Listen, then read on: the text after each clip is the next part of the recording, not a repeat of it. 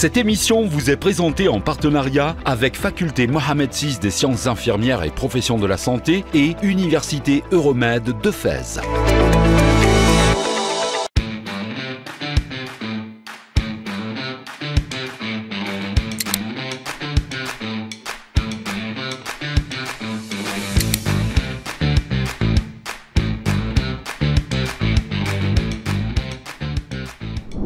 Bonjour à vous tous et merci de nous suivre, merci de nous être fidèles. Vous êtes sur l'heure des experts et nous allons aborder dans ce nouveau numéro la force, la teneur de deux lettres, I et A, deux voyelles liées l'une à l'autre pour le meilleur ou pour le pire de l'humanité. Chacun évidemment a sa conception à ce sujet, utilisé déjà dans plusieurs domaines au Maroc. L'intelligence artificielle poursuit son évolution inexorable à travers le monde, tellement inexorable que désormais tous les domaines en sont impactés. Évidemment, des pans entiers de métiers, des passions aussi que la crise sanitaire mondiale Covid a mis en lumière.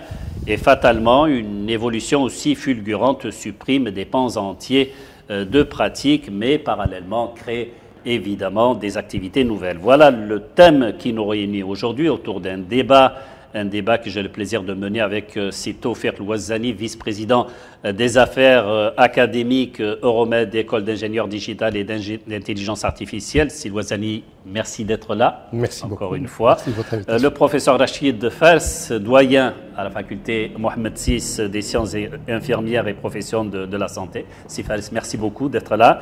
Et Abdelrahman Halou, consultant en éducation, management et finances et directeur général du groupe Medina Schools. Encore une fois, Sil Halou, merci. D'avoir répondu à notre invitation. Donc, cette question que tout le monde se pose, que vous posez depuis l'émergence de cette nouvelle façon révolutionnaire, technologique et qui nous interpelle tous à travers évidemment notre avenir professionnel et qui concerne donc l'intelligence artificielle. Qui pourrait donc nous répondre à cette première question dans la mesure où l'IA, l'intelligence artificielle, façonne de plus en plus les métiers de demain? Je vous pose en premier la question Silwazani. Merci beaucoup. C'est vrai que l'intelligence artificielle aujourd'hui impacte tous les domaines d'ordre économique, mais pas seulement. Elle impacte également notre domaine, celui de la formation et de la recherche, et de façon très, très, très sensible. Mais ce n'est pas une fatalité, encore moins une surprise.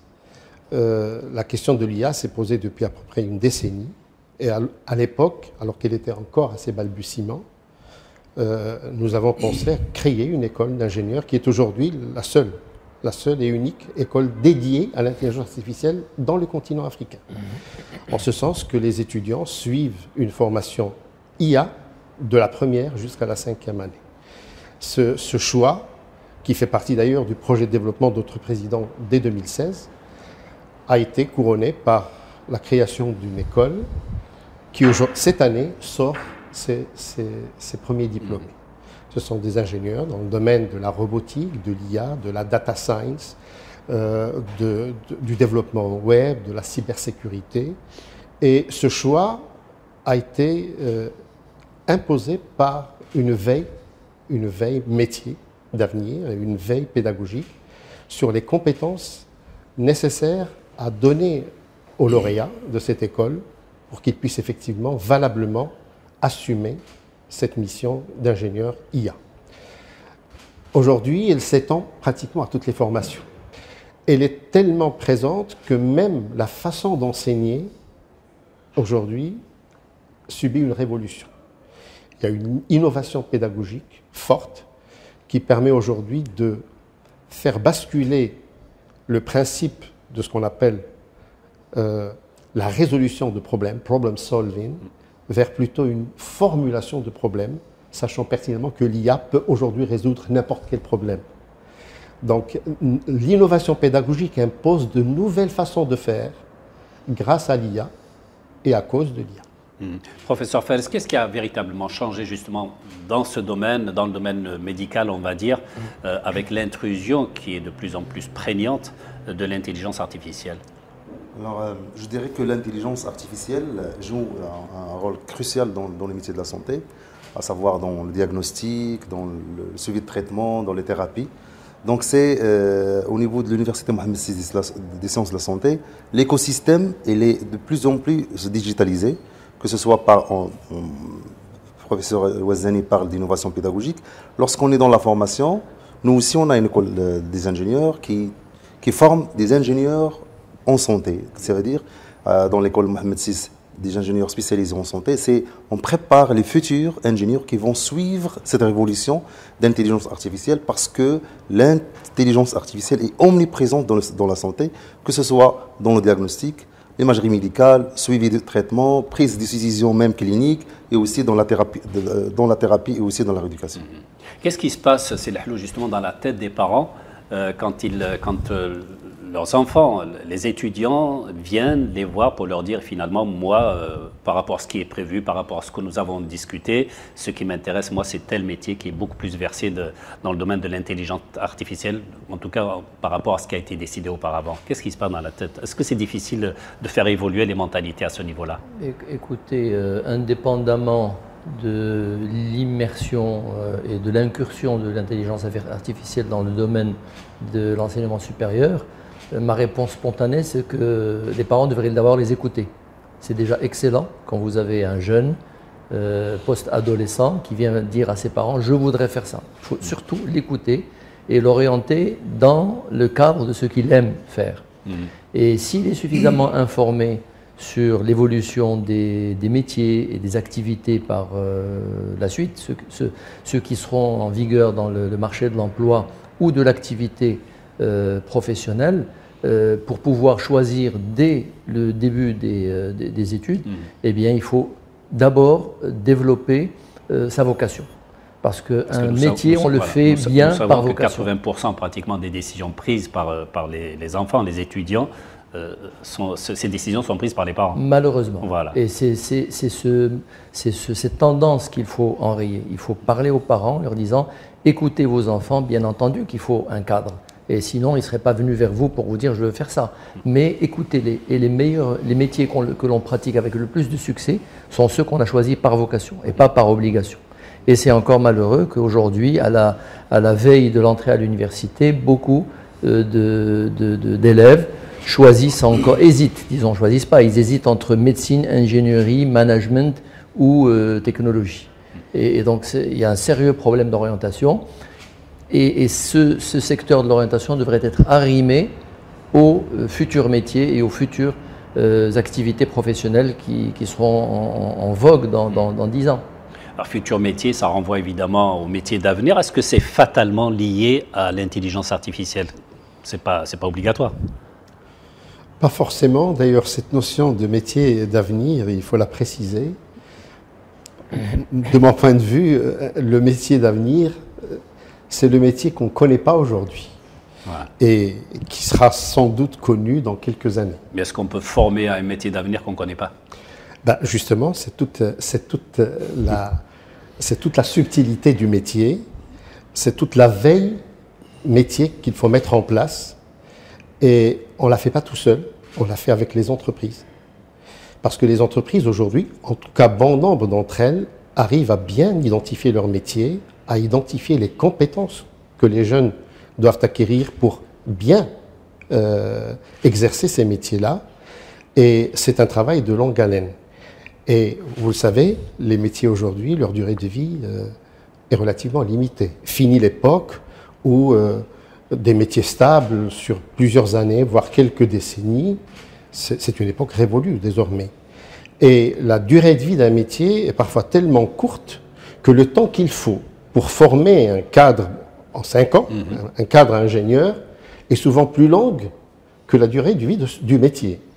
Ce qui veut dire simplement que, connaissant même les besoins dans 5 ans, quand on arrive à former un ingénieur dans un domaine, peut-être que ce métier est déjà révolu. D'où la nécessité de revoir tout le processus de formation lui-même. Il est clair que la formation initiale d'un ingénieur qui dure 5 ans est nécessaire, mais elle est nécessaire, mais pas suffisante. Et aujourd'hui, parallèlement à une formation initiale, il y a ce qu'on appelle la formation continue, qui est souvent d'ailleurs adressée à des gens en situation d'emploi et qui ont besoin d'une mise à niveau de leurs compétences. Et c'est une nouvelle façon d'exercer le métier d'enseignant en faveur d'une mise à niveau de métier de plus en plus court. Il n'y a pas que cela, il y a tout un ensemble de processus de formation qu'on est en train aujourd'hui de développer et qui nous sont imposés par l'IA, notamment après la pandémie du Covid. Le professeur Fares, justement, le métier d'avenir, cela s'impose vous aussi dans votre domaine de la santé. Est-ce qu'il existe des métiers, effectivement, qui n'existent pas aujourd'hui et que voilà, la réflexion collective se fait dès maintenant pour pouvoir lancer déjà des formations professionnelles à ce niveau-là? Voilà, qu'en est-il de ces métiers-là, en tout cas, que vous jugez nécessaires et qui seront présents d'ici quelques années? Effectivement, il faut juste rappeler que les métiers d'avenir, secteur d'avenir, ce sont deux concepts qui sont distincts, mais qui sont quand même interconnectés. Là, mais il y a aussi des métiers qui sont émergents.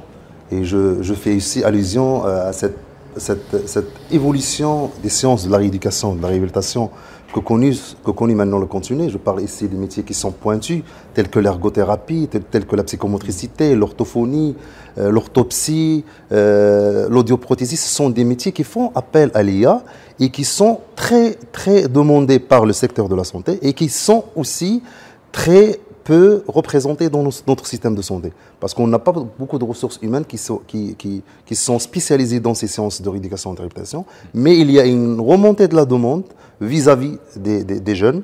Et je reviens à un point très important, et je vais vous raconter une anecdote. Une titante qui s'est inscrite l'année dernière à l'université Mohammed VI pour une filière, c'est ses parents qui l'ont obligé. Après un mois, il est venu nous voir. Nous,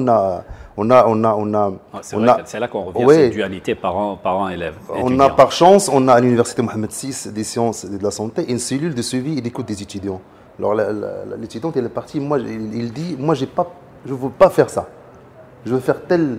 Alors que ce sont deux domaines tellement différents. Alors on a appelé les parents, donc je reviens à Selhlou de dire qu'il faut orienter les parents avant d'orienter les enfants. Mais est-ce que votre travail à vous également, c'est de conseiller effectivement les étudiants quand ils sont beaucoup plus poussés peut-être vers une orientation professionnelle qui, vous, dans votre regard, vous pensez qu'effectivement cette profession peut-être ne sera plus celle de demain? La philosophie qu'on adopte au sein de l'université Mohammed VI des sciences de la santé, c'est essayer d'ouvrir et de bien informer les jeunes bacheliers sur toutes les filières qui existent, que ce soit le médical, le dentaire, les pharmaceutiques, les sciences infirmières et les professions de la santé. Mais ces dernières années, on a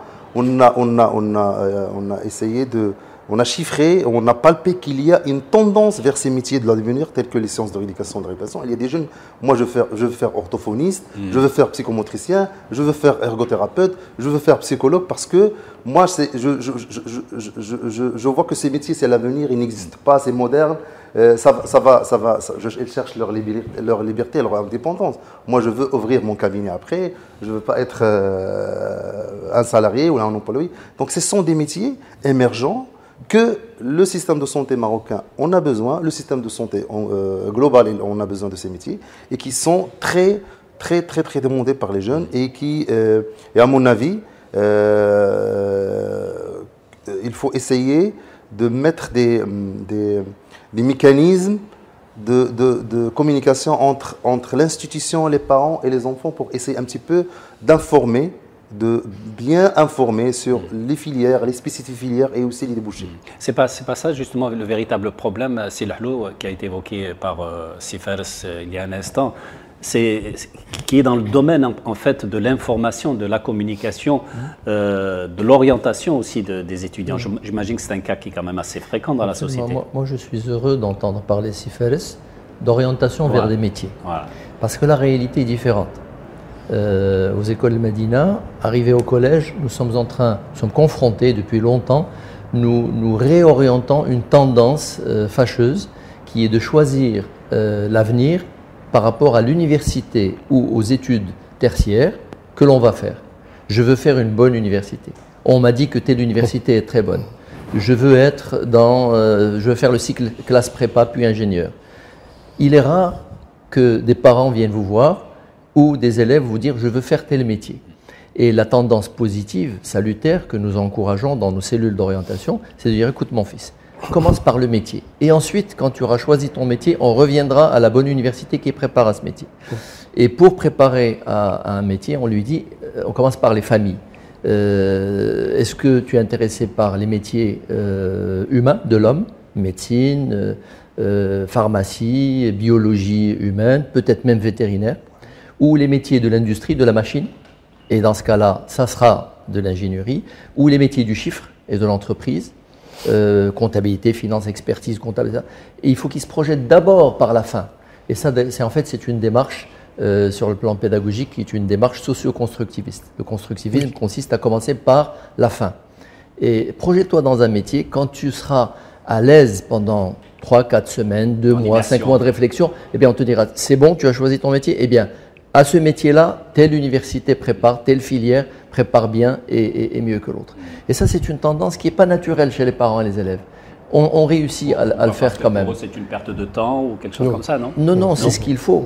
Et d'ailleurs, votre sujet... Regarde les parents, de certains parents en tout cas. Non, ils ne comprennent pas. Voilà. Ils se disent, mon fils va terminer dans 6 mois ses études secondaires, je veux lui choisir une bonne université, de bonnes études secondaires. Et c'est une erreur. Il faut commencer par la fin et revenir vers les études qui préparent à ce métier-là. C'est beaucoup plus logique. Et par rapport à votre thématique donc des métiers d'avenir, ça cale tout à fait. On ne peut pas commencer par faire une bonne université et puis en sortant de l'université, on dit coucou, quel métier je peux faire? C'est l'inverse qu'il faut faire. Si Boisani, vous voulez réagir? Oui, merci. Et, enfin, nonobstant l'effort de communication que font toutes les écoles et toutes les universités en direction d'abord des futurs bacheliers, mais également leurs parents, je crois que notamment grâce à l'IA et grâce au fait que les jeunes aujourd'hui sont de plus en plus connectés, ils sont à cheval sur ce que propose aujourd'hui le marché. Parce que finalement, ça va très vite aussi pour eux. Il y a de quoi effectivement perdre un peu ses facultés de décision, d'initiative pour un jeune, je l'imagine. Surtout, vous avez parlé il y a un instant de certains métiers qui ne durent que ce que dure la formation. Mais moi, je reste confiant dans le choix des jeunes. Les jeunes sont d'abord connectés, ils savent exactement comment les choses évoluent, comment les métiers évoluent. Ils savent notamment ce que requiert aujourd'hui le marché en termes de profil. Et bien sûr, les parents suivent généralement les jeunes dans leur choix. Et vous avez parfaitement raison de dire, il faut d'abord que ce soit un choix de l'étudiant lui-même. Et de vocation. Et de vocation et de passion. Et de passion. J'aime, donc j'y vais. Voilà, absolument. Voilà. Dans ces cas-là, est-ce qu'il ne serait pas plus approprié de parler de secteur d'avenir plutôt que de métier d'avenir? Peut-être bien, oui. Oui. Dans votre, justement... Vous avez raison, les secteurs d'activité sont des secteurs aujourd'hui connus, porteurs, alors que les métiers sont très dynamiques. Mais effectivement, les métiers d'avenir sont forcément liés à des secteurs porteurs. Aujourd'hui, tous ces secteurs sont connus. Il y a la santé, bien entendu, il y a toute la partie tech, high-tech, IA, informatique, il y a les énergies renouvelables notamment, il y a l'éducation. Nous avons un besoin énorme en termes de professeurs et d'enseignants-chercheurs, notamment dans des domaines de pointe comme cela, et bien d'autres secteurs encore. Dans le métier, justement, dans le domaine médical, est-ce qu'il existe aussi là des secteurs qui sont un peu plus porteurs et à contrario des secteurs qui sont appelés à disparaître aussi? Dans le secteur de la santé, c'est le secteur qui est très touché par la technologie. Il est très touché par la technologie, par l'IA, par la digitalisation. Donc, mais ça, on peut jamais remplacer l'humain dans les sciences médicales et dans la santé. Mais le secteur est prometteur parce qu'il y a une émergence d'autres métiers qu'on a besoin dans les systèmes de santé. Et je reviens vers les métiers qui n'existent pas encore au Maroc, tels que les ergothérapeutes, tels que les podologues, tels que les audioprothésistes. Il existe ailleurs. Il existe ailleurs, mais vu cette réforme enclenchée par Sa Majesté Mohamed VI, que Dieu le glorifie, pour essayer de généraliser la généralisation de la protection sociale, ça veut dire qu'on a besoin d'un système de santé qui offre des soins de qualité et que tout le monde y trouve toutes les spécialités qui existent. C'est pour cette raison qu'au Maroc, on vit cet engouement pour la santé, parce qu'il y a des métiers qui sont prometteurs, que le débouché il est garanti, que l'avenir il est garanti, que aussi c'est une certains bacheliers jeunes cherchent à être un petit peu utiles à l'autre. Donc je crois que le secteur de la santé, c'est un secteur promoteur par la mise en place de plusieurs métiers émergents qui s'installent au Maroc, développés par plusieurs universités. Nous, à l'Université Mohamed VI des sciences de la santé, on a créé un pôle rééducation pour essayer d'offrir ces formations qui n'existent pas encore au Maroc, pour essayer d'offrir au système de santé des jeunes qui sont motivés. Mais nous, lorsque les étudiants arrivent à l'université, on ne présente pas l'université, mais on présente les métiers. Parce que dans chaque étudiant, dans chaque élève, il y a une affinité à quelque chose. Donc on essaie toujours de bien clarifier les filières qui existent. Et on fait pas ça nous, on laisse les étudiants qui sont dans la formation expliquer la filière, on laisse les parents, on fait des séances de travail avec les parents pour essayer de bien cadrer le choix. Parce que si on arrive à avoir un étudiant qui est motivé, engagé et qui a bien choisi la filière de la formation, le succès il est garanti. Mais si on fait le choix juste parce que l'université est de renommée, parce que le diplôme il est reconnu, peut-être qu'après 2 ans, 3 ans, l'enfant, même s'il arrive à décrocher son diplôme, il ne va pas être prêt à utiliser le diplôme qu'il a. Vous avez parlé de généralisation de la couverture médicale ou sociale. Est-ce que cette donne est prise en considération en matière de formation, justement? Est-ce que ça a bouleversé un peu l'ordre en matière de formation des jeunes? Est-ce que certains aspects sont beaucoup plus appuyés, soulignés que ce qui était auparavant, par exemple? Bien sûr. Ouais. Lorsqu'on met une réforme, c'est une réforme structurelle. Aussi grande, aussi importante. Oui. Et il y a tout le monde qui est autour de cette réforme. Normalement, qu'on doit préparer des ressources humaines pour essayer de doter les structures sanitaires marocaines de ressources humaines qualifiées, surtout qu'on a déjà un manque accru en ressources humaines, que ce soit en sciences infirmières, que ce soit en sciences médicales, en dentaire ou en pharmaceutique. Mais il y a aussi des professions qui n'existent pas, donc c'est le moment ou jamais d'implanter ces filières, ces nouvelles filières qui n'existent pas, qui existent ailleurs, mais n'existent pas au Maroc, qui n'existent même pas en Afrique. Donc le Maroc essaye de mettre en place ces formations pour essayer de rendre les hôpitaux et les cliniques marocaines dotés d'une ressource humaine qualifiée dans toutes les différentes branches médicales qui existent. C'est dans l'entretien d'embauche que nous connaissons, traditionnel, classique, j'allais dire, on demande souvent à un candidat où est-ce que vous vous voyez dans 10 ans. J'imagine que cette question maintenant elle est complètement obsolète avec tout ce qui se passe, avec cette évolution rapide en tout cas en matière de technologie, de l'information, même de l'intelligence artificielle. Est-ce que ce genre de questions peuvent être posées aujourd'hui? Moi, je pense qu'il faut le tester beaucoup plus et le challenger sur ses compétences adaptatives que sur ses connaissances.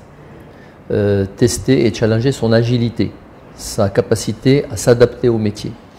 On dit déjà qu'une bonne partie, je n'aime pas beaucoup les statistiques comme ça tranchées, une bonne partie des lauréats des universités dans leur spécialité ne travaillent pas forcément dans la spécialité pour laquelle ils ont été formés.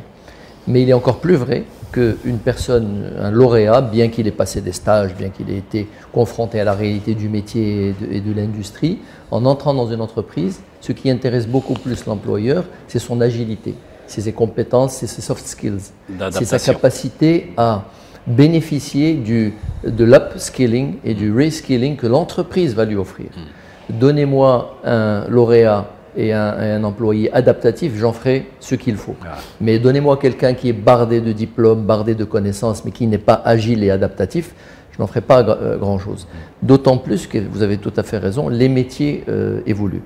Mais moi, j'adhère beaucoup plus à cette idée de secteur d'avenir que de métier d'avenir. Pourquoi? Parce qu'un métier restera un métier. On nous dit on nous disait 2030, aujourd'hui on est 2050. 80% des métiers futurs n'existent pas encore aujourd'hui. Voilà.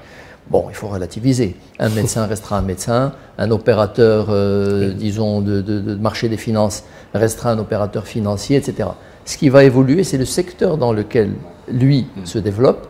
C'est les outils qu'il n'utilisait pas avant et qu'il va avoir à utiliser, notamment l'intelligence artificielle, parce qu'en fait, ces métiers répondent à un système économique. Et ce système économique va rester globalement le même, avec un changement de frontière entre le secteur tertiaire, les services évoluent énormément, l'industrie se rétrécit, l'agriculture, n'en parlons pas, elle s'automatise, elle se rétrécit. Ces secteurs vont évoluer et ça va demander aux mêmes métiers, aux mêmes personnes de pratiquer le même métier d'avant, mais avec beaucoup plus d'outils modernes, beaucoup plus d'agilité. D'où la nécessité de privilégier les soft skills du lauréat sur ses connaissances. Et le problème justement de l'IA dans l'éducation, surtout dans l'enseignement supérieur, c'est qu'il a fait une très mauvaise entrée. C'était une entrée quasiment catastrophique. Heureusement qu'elle a été rattrapée très vite pour expliquer aux enseignants et aux étudiants que ChatGPT devrait être votre ami, votre allié, et pas celui qui va se substituer à votre capacité d'apprentissage. Les enseignants étaient horrifiés de voir que les sujets qu'ils donnaient étaient, disons, servis par ChatGPT de la façon la plus déconcertante pour l'enseignant. Heureusement qu'aujourd'hui ça va un petit peu mieux. Bon, il y a des outils qui détectent disons l'humain et le robot dans les réponses données par l'étudiant. L'étudiant, je crois, très vite, en l'espace d'une année ou deux, s'est adapté en se disant bah, écoute, ChatGPT, d'accord, mais il faut quand même que je réadapte un peu. Je vais mettre un peu du mien. Voilà. Et maintenant, il faut que les choses se restabilisent et que l'IA devienne l'ami de l'homme, un outil au service de l'homme, de l'étudiant, au service de l'étudiant, au service de l'enseignant, beaucoup plus qu'une menace qui va reconfigurer les métiers, reconfigurer l'industrie. C'est un petit peu science-fiction. Hein. Il faut quand même garder les pieds sur terre et, Professeur Fares, et bien analyser les choses. Un médecin reste un médecin, a dit Silhlo, malgré l'intrusion de la robotique et de la médecine à distance dont on a parlé tout à l'heure. Effectivement, le médecin restera médecin, le pharmacien restera médecin. Non, c'est le confort de l'IA qui va nous aider à bien développer l'environnement dans lequel on travaille, à rabattre le temps de prise de décision, à bien diagnostiquer, mais le médecin reste médecin, le pharmacien reste médecin. Le kinésithérapeute peut faire appel à un robot pour faire la rééducation, mais il est toujours là pour le guider. L'humain, il sera toujours présent. L'IA nous donne un confort. La technologie, la digitalisation, c'est un confort pour essayer de mieux mener notre mission et mieux mener notre métier. Donc, je crois que les secteurs, tous les secteurs, que ce soit le secteur de la santé et les autres secteurs, bénéficient de confort que leur rend la technologie de l'information et aussi l'intelligence artificielle. Qu'est-ce qu'on pourrait dire aux parents qui nous écoutent, qui s'interrogent aussi à propos de l'avenir de leurs enfants? Qu'est-ce qu'on pourrait leur dire, par exemple, sur les métiers de demain, ceux de 2030 par exemple? C'est une année qu'on évoque assez souvent dans le débat public. Quels sont les métiers, par exemple, qui seront là en 2030, 2040, 2050, a dit Silhlo tout à l'heure? À mon avis, je pense que tous les métiers de la santé resteront les métiers de la santé. Mais la façon avec laquelle on va les aborder, on va être formé en utilisant l'intelligence artificielle, en utilisant la digitalisation et aussi faire appel à la technologie de l'information. Je crois que si les jeunes qui s'intéressent au métier de la santé, ils doivent se préparer qu'ils auront besoin des soft skills. Parce que nous, on a besoin d'un professionnel de santé qui est adaptable. Parce que cette année, on ramène un logiciel, l'année prochaine, il est remplacé par un autre. On a besoin des ressources humaines, des jeunes qui sont adaptables, et qui sont quand même bien formés, parce que je reviens à un point très important soulevé par Silhlo, c'est les soft skills. Nous, notre modèle de formation, c'est essayer de former l'humain en tant que personne et donner les connaissances. C'est pas l'université et la formation, c'est pas seulement donner les connaissances, mais nous, on veut un professionnel de santé qui est bien construit, qui est bien en paix avec lui-même, qui sait les limites de ses compétences, et donc les savoirs viendront après.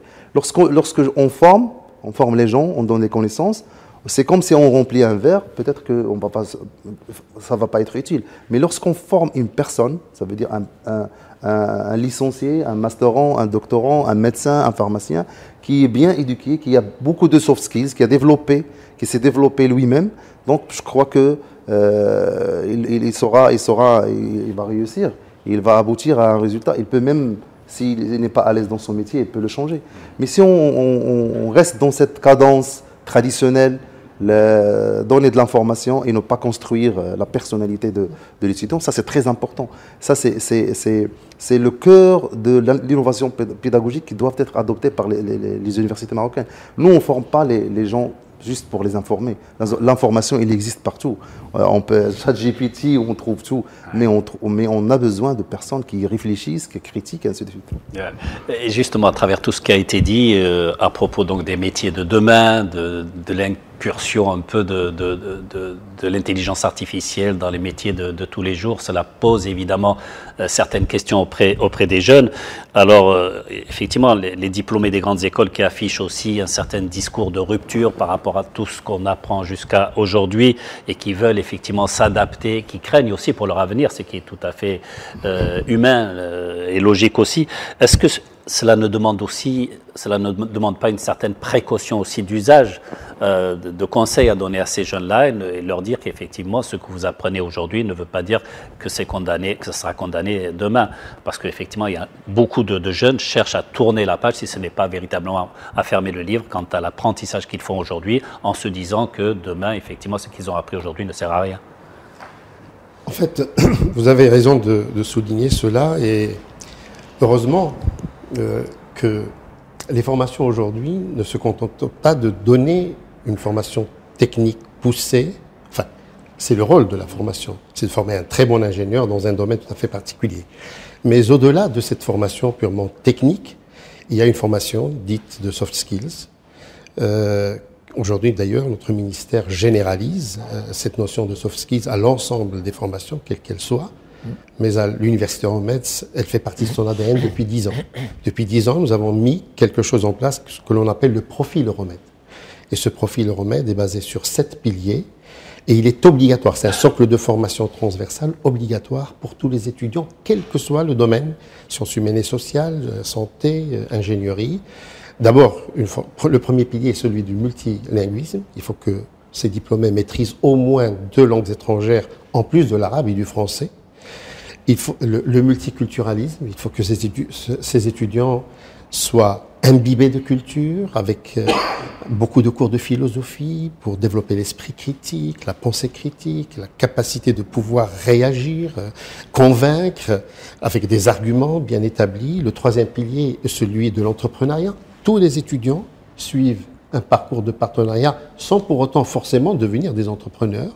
Et puis, il y a une formation au TIC, il faut qu'ils soient connectés, plus la responsabilité sociale. Tous les étudiants doivent absolument rendre service à la société en faisant un travail de terrain auprès de quartiers ou de personnes défavorisées. Le 6e pilier est celui du développement durable. La question de la durabilité, de la protection de la planète est également présente dans le cursus. Et puis le dernier pilier, c'est celui de la mobilité. Nous essayons de convaincre nos étudiants à ce qu'ils soient mobiles, à ce qu'ils fassent un séjour à l'étranger, simplement pour découvrir d'autres. Cette mobilité est bien entendu obligatoire chaque fois qu'il y a une double diplomation, mais quand elle n'est pas obligatoire, elle est sélective. Tout cela pour justement éviter le revers de la question que vous posez. Quand ces étudiants, ces diplômés sont relativement bien armés en soft skills, ils sont en mesure d'affronter toutes les difficultés qu'ils soient.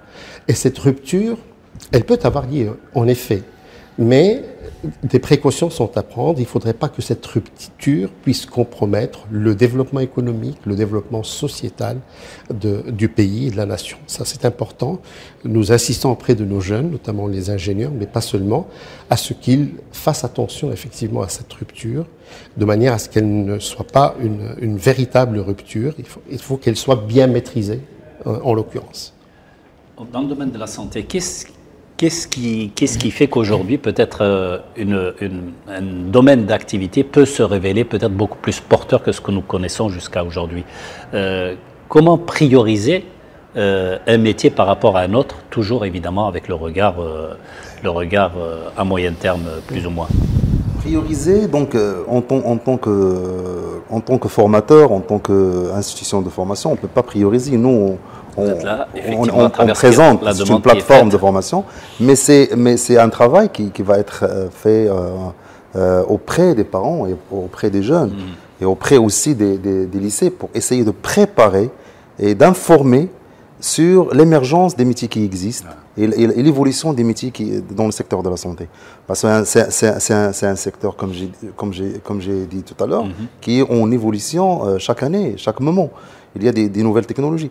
Donc c'est un travail, le travail doit être fait auprès des parents et des jeunes. Parce que maintenant, si on a des jeunes au lycée qui sont avertis, conscientisés sur le cheminement d'un médecin, le cheminement d'un pharmacien, le cheminement d'un infirmier, le cheminement d'un kinésithérapeute, d'un rééducateur, d'un technicien de santé. S'il connaît le métier avant qu'il le fasse, il aura le choix. Il aura le choix. Il va dire aux parents, moi je préfère faire technicien de laboratoire au lieu de faire biologiste. Je préfère faire un technicien de radiologie au lieu de radiologie. Je préfère faire autre chose, philosophie. Mais laisser les enfants jusqu'au baccalauréat et venir ouvrir une fenêtre, voilà les filières qui existent, il faut choisir une, ça c'est, on n'aura pas un bon étudiant. Mais est-ce qu'on ne part pas déjà du... Voilà. Est-ce qu'on ne part pas déjà de l'idée d'une fausse interprétation de l'expression même métier d'avenir? Parce que une femme qui fait accoucher une autre femme, c'est aussi un métier d'avenir. Oui. Est-ce que ça ne renvoie pas faussement à l'idée que c'est un métier moderne, alors que finalement c'est un métier porteur? Moi je dirais que cette notion de métier d'avenir, il biaise un petit peu le débat. Mais lorsqu'on l'encadre, on laisse le cadre secteur d'avenir, c'est vrai, il y a des secteurs d'avenir. Et la santé, c'est parmi les secteurs d'avenir. Une sage-femme, ça date des décennies. Mais ça n'en reste pas moins un métier d'avenir. Oui, c'est un métier d'avenir parce qu'on aura toujours... Voilà, est-ce que voilà, dans l'esprit... Il y aura des humains. Tant qu'il y aura des humains. Donc c'est ça. En création. L'idée, la problématique, la vraie problématique, c'est aider de changer la mentalité des jeunes envers les métiers. Parce que le choix d'un métier... Parce que mettez-vous à la place d'un jeune. Hein, vous lui dites, voilà, faire ce métier-là, pour lui, ce n'est pas un métier d'avenir. L'école, l'entourage aussi des médias, c'est très important. Des fois, on valorise un métier par rapport à un autre, mais alors que chaque métier, il a sa valeur. Donc c'est un débat qui, pour moi, qui est un petit peu sociétal par rapport au métier. Absolument. C'est un débat sociétal auprès de la culture et la société marocaine pour ne pas dévaloriser des métiers au détriment des autres, mais de présenter les métiers tels qu'ils sont. Ouais, je reviens encore à cette mauvaise interprétation. Je me mets à la place d'un jeune qui va voir ses parents, qui dit « je veux faire un métier d'avenir », les parents sont contents. Quel est le métier que tu veux faire, mon garçon? Sage-femme. Mais tu vois à la place de... Oui, mais bon, c'est pas aussi carré. Oui, voilà. C'est pas aussi carré. Je reviens à cette idée de vocation. Une jeune femme qui veut devenir sage-femme, si elle n'a pas la vocation humaine, interpersonnelle, relationnelle, spatiale, il est difficile qu'elle le choisisse simplement parce que ça rapporte ou parce que sa maman l'a fait. C'est clair. Aujourd'hui, depuis déjà 20 ans ou 30 ans, les études psychosociales montrent qu'il n'y a pas une seule intelligence. Avant, c'était le dictat du quotient intellectuel. Tu as un bon QI, tu vas faire de bonnes études. Tu as un mauvais QI, tu es un nul, tu vas faire la formation professionnelle. Depuis 20-30 ans, Howard Gardner a parlé des intelligences multiples. Une personne qui a l'intelligence interpersonnelle, une des 9 intelligences, qui a l'intelligence naturaliste, qui a l'intelligence spirituelle existentialiste, peut faire ces métiers-là, parce que ça c'est inné. Et l'école, au primaire, au collège et au lycée, a pour rôle de faire émerger ces différentes intelligences. Je rebondis sur ce que disait le professeur Ouazani en matière de profil du lauréat d'une université, qui a 22-23 ans, et je valorise beaucoup cela. Mais je complète en disant que ce profil en 6 piliers doit être basé sur un profil de l'apprenant. pendant qu'il est au primaire et au collège, voire même en maternelle. Parce que quand vous allez en faire quelqu'un qui croit en la durabilité, sustainability, quelqu'un qui croit en la responsabilité sociale, si à la base il n'a pas ces intelligences naturalistes, et je cite Howard Gardner, ces intelligences interpersonnelles, si on n'a pas développé chez lui le profil altruiste, l'altruisme est fondamental, l'altruisme c'est simplement reconnaître l'autre, c'est l'anti-ego, ego alter, l'intégrité, pendant l'exercice de son métier d'apprenant. Eh bien, arrivé à l'université, la responsabilité sociale, ça sera une matière qu'il doit valider ou obtenir un 10 pour passer. Et la durabilité, bof, oui, j'ai lu des bouquins. Il faut qu'il s'imprègne de cela. C'est d'autant plus important que l'IA et que l'incursion dont on parlait tout à l'heure de cet outil fabuleux mais redoutable peut menacer l'éthique. Tout comme les découvertes d'Einstein n'ont pas été freinées à temps et que l'absence d'éthique dans le microcosme scientifique n'a pas empêché la bombe atomique.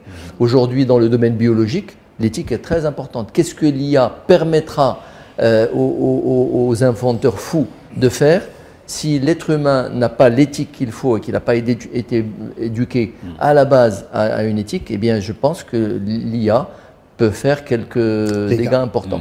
Donc, baser l'éducation de base sur des valeurs multiples et des intelligences multiples et baser la formation de l'étudiant à l'université sur la perception de toutes les dimensions des métiers.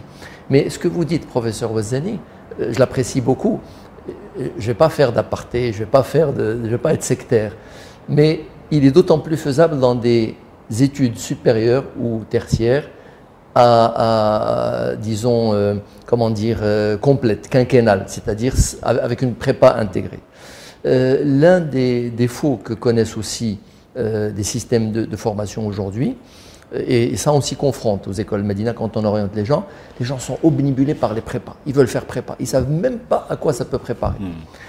Les prépas n'allaient pas parler à un étudiant de prépa de durabilité, de philosophie, d'éthique, de construction de la personnalité. Non, il est là avec un processus d'élimination pour que les meilleurs restent et qu'il soit un super ingénieur. On est tous fiers que Polytechnique admette beaucoup plus de Marocains que d'autres internationaux. Mais attention, toutes ces belles valeurs dont on est en train de parler et qui doivent préparer véritablement les étudiants au métier d'avenir, il faut les préparer sérieusement, dès le début de l'université, même avant l'université. Et ça, c'est des vraies menaces.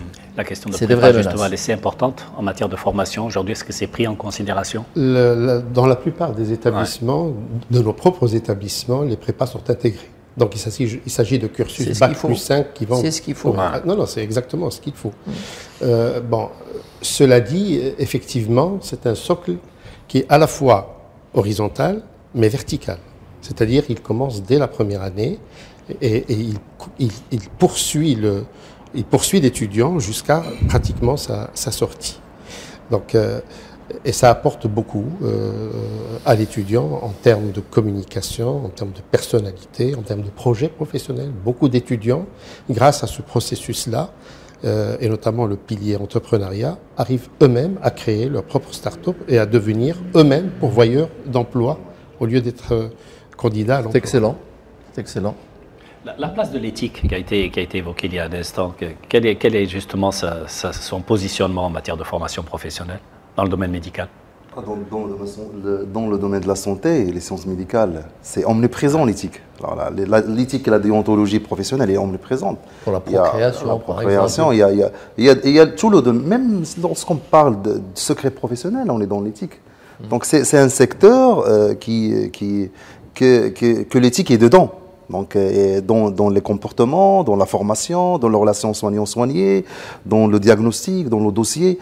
Donc, c'est pour cette raison que je reviens à ce qu'a dit Selhlou, c'est l'IA peut être des fois une menace, surtout dans le secteur de la santé. Là, on a des dossiers médicaux qui sont archivés, des données, des big data en santé qui sont à la portée de tout le monde. Donc, c'est pour cette raison qu'il faut l'IA doit avoir un référentiel quand même éthique pour essayer un petit peu de protéger un petit peu la santé des Vous y citoyens. croyez vraiment cette protection justement contre l'IA?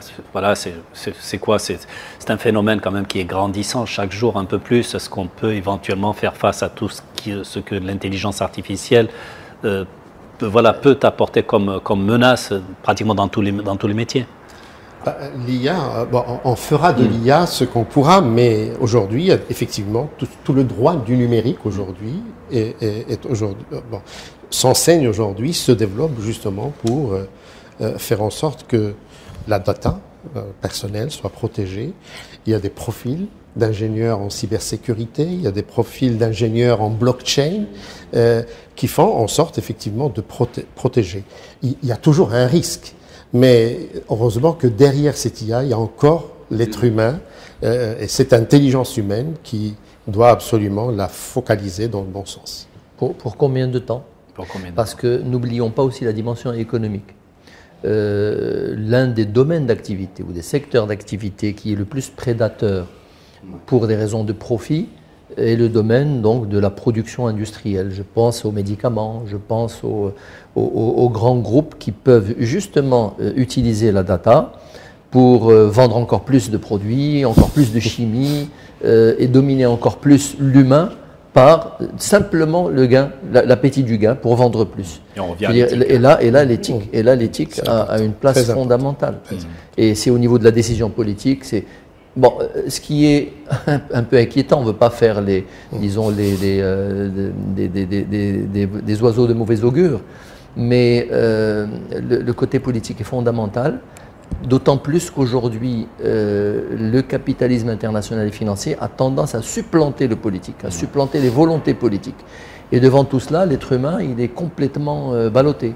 Il lui faut une solide dose de clairvoyance qui s'apporte dans l'éducation de base et à l'université pour dire non, je sais que ça s'oriente dans telle voie, je ne travaille pas dans tel métier. Si je travaille dans tel métier, je suis le levier d'une domination qui peut nuire aux humains par la suite. Mais est-ce que vous pensez que le politique suit le mouvement, en tout cas, la vitesse? Il a son propre temps, le politique, et ses propres exigences, et ses propres contraintes. Parce que autant effectivement, on s'attelle à former les jeunes dans tous les domaines et surtout en matière d'éthique.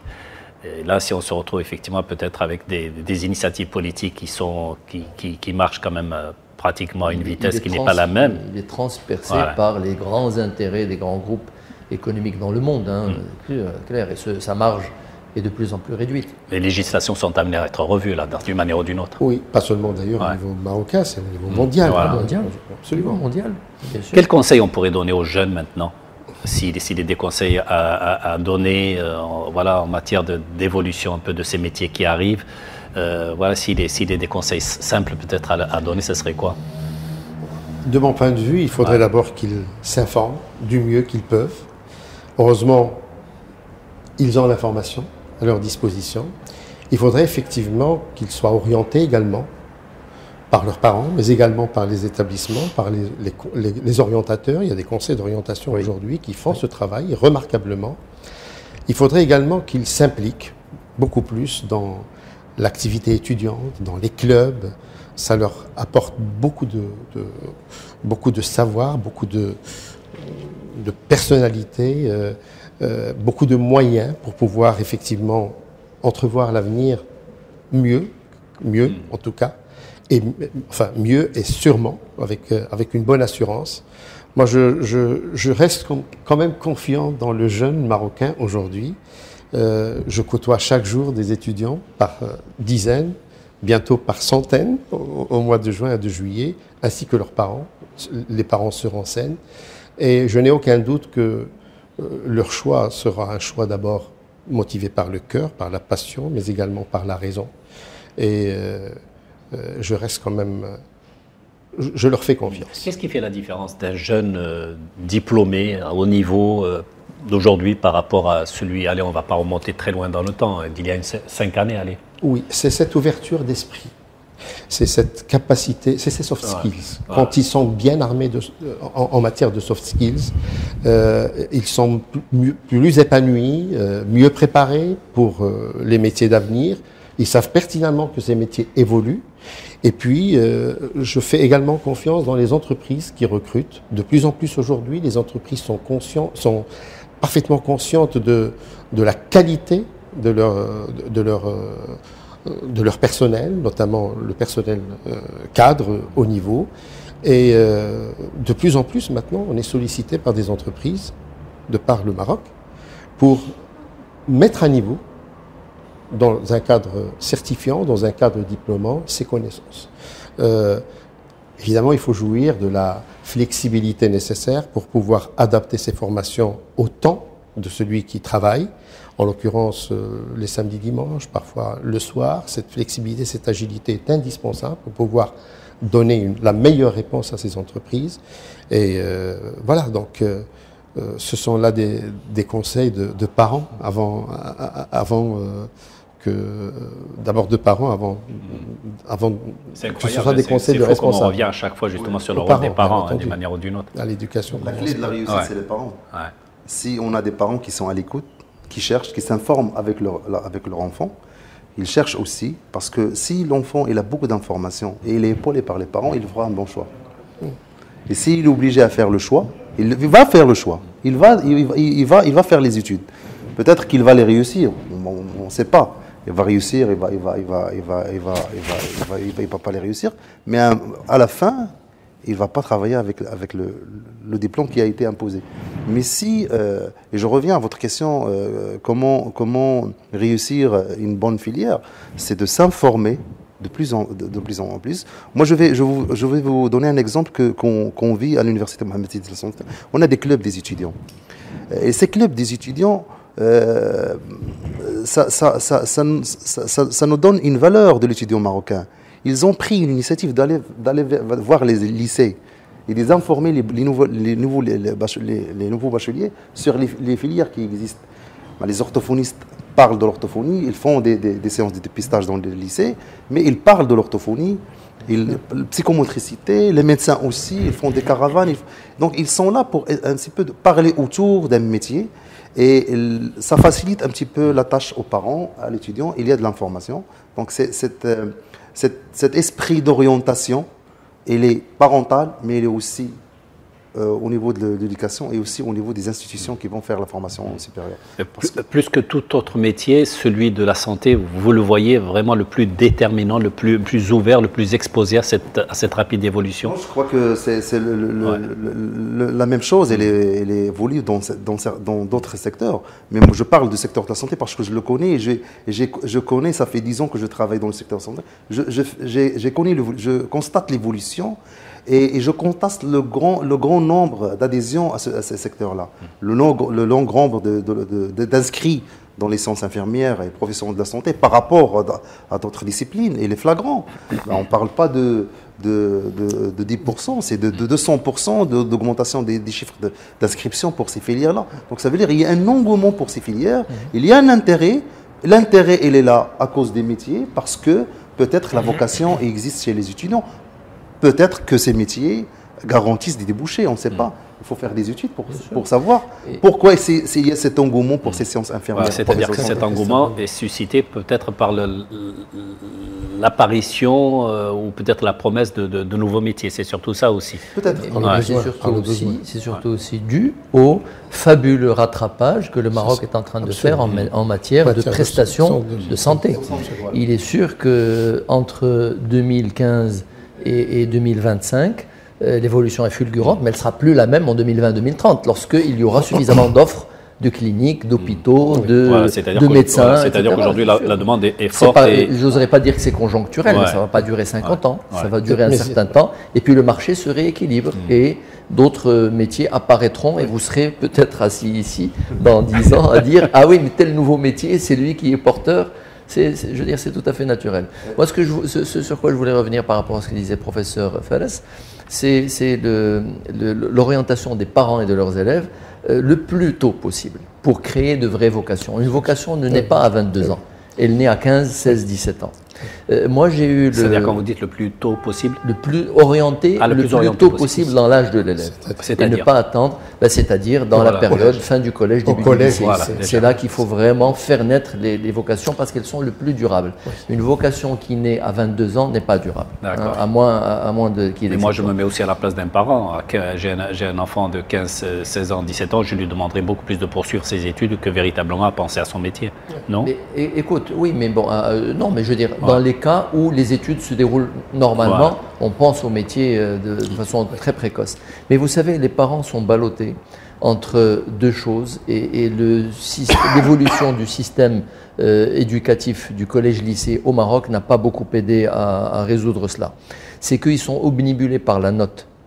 Depuis 2010, où il y a eu un revirement au niveau des épreuves du baccalauréat, au niveau des effectifs du baccalauréat, c'est le moment où le taux de réussite est passé de 40% à 60%, aujourd'hui il est à 80%. C'est plus la même chose. Aujourd'hui, c'est la course aux notes. Et la course aux notes va permettre d'accéder aux meilleures universités via des concours.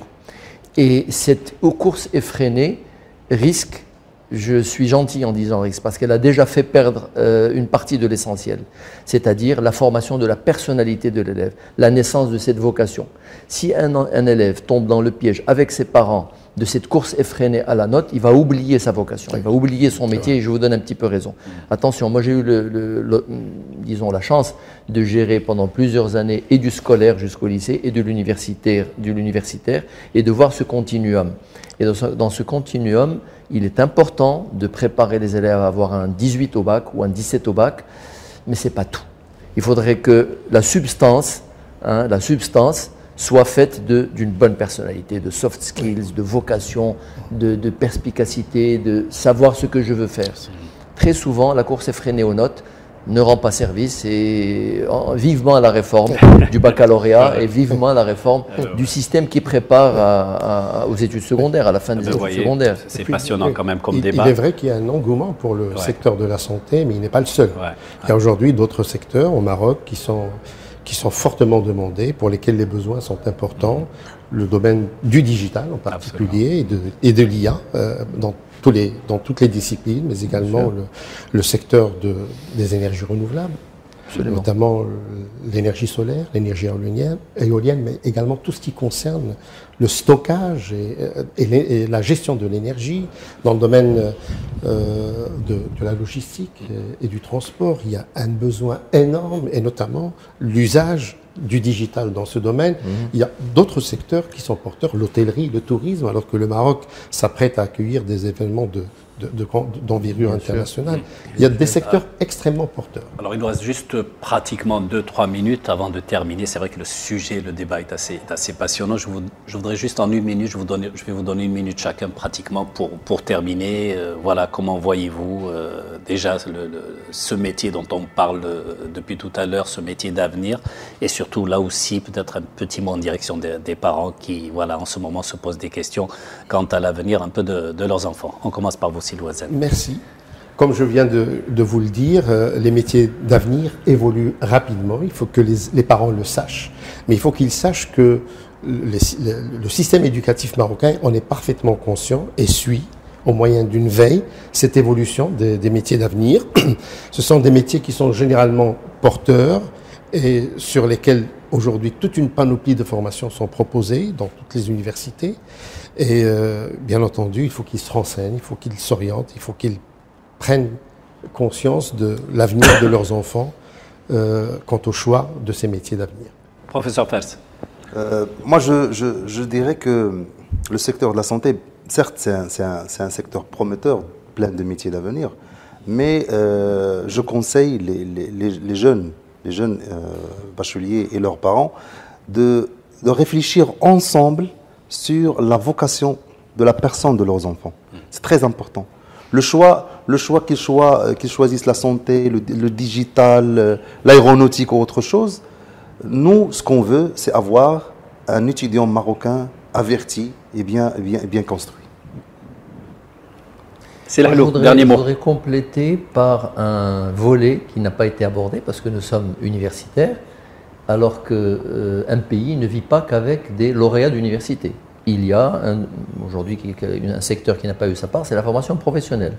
Quand les parents voient qu'à la fin du lycée, leur enfant n'a pas la vocation de faire de longues études, ou de faire prépa, ou de faire des études d'ingénieur ou de devenir médecin, attention, parfois des bac+2 bien choisis dans l'intelligence artificielle, dans le digital, dans des métiers porteurs, peuvent lui ouvrir la voie rapide à un métier, quitte à ce que plus tard ils reprennent d'autres études. L'Europe s'est développée avec ça. Aujourd'hui, les pays européens, l'Asie également, se développent non seulement avec des universitaires de bonne facture, mais aussi avec des opérateurs bac+2 ou bac+3 dans des formations professionnalisantes, mais qui ne sont pas forcément des études supérieures de longue durée. Ne l'oublions pas. Voilà, nous arrivons, j'allais dire, malheureusement au terme de ce débat et j'ai également l'occasion de remercier encore une fois Tawfiq Louazani, vice-président des affaires académiques Euromed, école d'ingénieurs digital et d'intelligence artificielle. Mes remerciements aussi les plus sincères au professeur Rachid Fares, doyen faculté Mohamed VI des sciences infirmières et professions de la santé. Et mes remerciements enfin au professeur Abdelrahman Lahlou, consultant en éducation, management et finances et directeur général du groupe Madina Schools. Merci à vous de nous avoir suivis, en tout cas tout le long de cet entretien qui a été passionnant et qui, je l'espère, voilà, vous aura aidé à faire un choix, en tout cas en termes éducatifs pour votre enfant. Et Dieu sait que le Maroc est en pleine évolution dans ce domaine-là. Merci encore une fois et à très bientôt sur l'heure des experts. À très bientôt. Cette émission vous a été présentée en partenariat avec Faculté Mohamed VI des sciences infirmières et professions de la santé et Université Euromed de Fès.